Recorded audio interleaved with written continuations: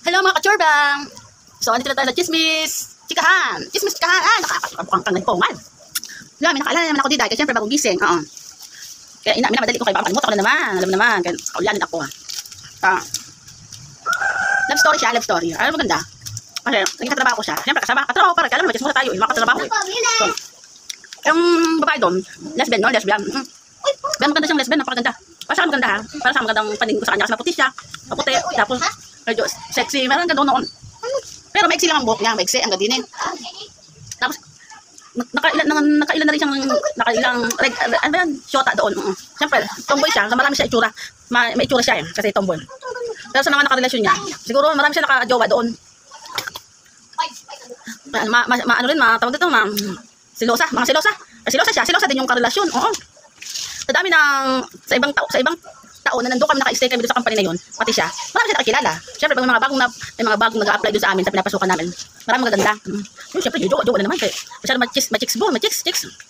So, inaya namin, kaya bagong chismis na naman yan eh. Kada daan, kaya sa daan, nakita namin. Pag merong karelasyon, meron pa rin ililigawan. Yun. Ang ending, alam mo, may dumating din sa company. May mga nag-apply naman doon ng mga lalaki. Mga maintenance ata doon, maintenance. Nag-apply sila doon bilang maintenance doon. Ilang lalaki silang paikot-ikot sila doon sa company na yun, sa production. Punta-punta, palakad-lakad sila doon. Siyempre, kung may mga kailangang ayusin na malapit sa machine, sila ayusin nila. So ngayon, pag nadaan sila doon sa production, natingin sila doon. Siyempre, may mga nakita mga chicks, nakikita nila.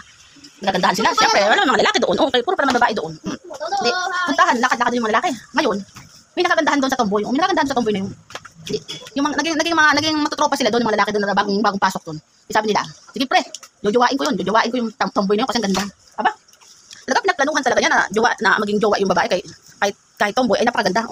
Hindi rin namin akalain doon dati na maging jowa yun kasi ano siya, ano rin, suplado, tsaka mano sa babae. Chika daw ay mapilit siya sa mga babae. Ang dami naging jowa doon sa company na pinasukan namin. Ang ending, nakakaship lagi ng lalaki yung tomboy. Nakipag ng ship yun. Lagi namin nadaanan, lagi namin nakikita kayo. Siyempre, daanan sila sa production, kita namin. Aba, talagang pinagseryosohan talaga ang tomboy. Nauna, nababadrip pa yung tomboy kasi ayaw nga niya. Kasi nga, meron siya nagugustuhan babae. Tapos din, meron na rin siyang naging babae na jowa doon. Kaya ayaw niya jowain yun, lalaki na yun, oo.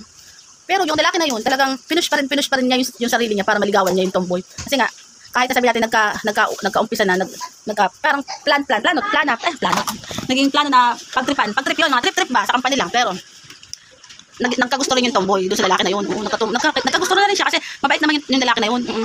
Pero tuwan-tuwa yung mga katrabaho ng lalaki. Siyempre, nagkagusto na rin sa kanya yung tomboy. Pero hanggang sa naging pinush na maging jowa talaga yung tomboy na yun. Pinush talaga niya. Ngayon, na-inlove na rin yung tomboy na yun doon sa lalaki. Tinapot siya ng tomboy. Hanggang sa nagkaroon sila ng anak. Oo, kasi nagkagusto na rin yung lalaki doon. Kumbaga, talagang sineryoso niya na yung tomboy na yun na makarelasyon, maging asawa.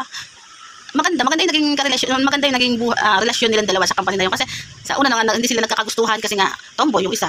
Sa babae lang ang problema. Tsaka yung lalaki naman parang trip lang kasi nga magandang tomboy. Pero sa totoo lang, minahal na rin niya. Minahal na rin yung tomboy na yun kasi yung tomboy din, minahal na rin siya. Kaya ang swerte nila silang magjowa, naging masaya kasi nagkaroon siya ng anak.